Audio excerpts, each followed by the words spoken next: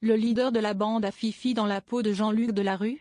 Peut-être un jour, mais pas tout de suite, le comédien a décliné la proposition et s'explique. En août 2012, la télévision française perdait l'une de ses plus grandes stars, Jean-Luc Delarue. Victime de ses addictions, il était décédé à l'âge de 48 ans quelques mois seulement après avoir annoncé être atteint d'un cancer de l'estomac et du péritoine.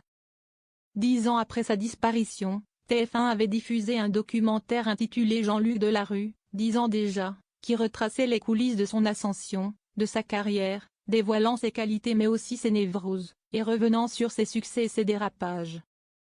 3 ans plus tard, on apprend dans Ciné Télé Revue ce jeudi 13 mars qu'un biopic sur le regretté présentateur et producteur phare du service public est en préparation.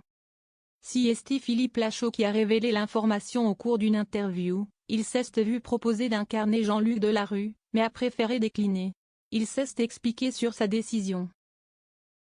Le scénario était super, mais la période est si compliquée que je préfère continuer à faire rire les gens que d'ajouter ma petite couche de cynisme.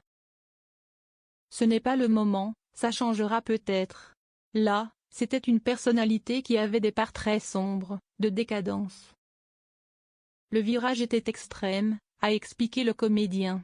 Ce dernier fera son retour derrière la caméra au cinéma en 2026 dans Le Marsupilami, une nouvelle adaptation de la bande dessinée populaire.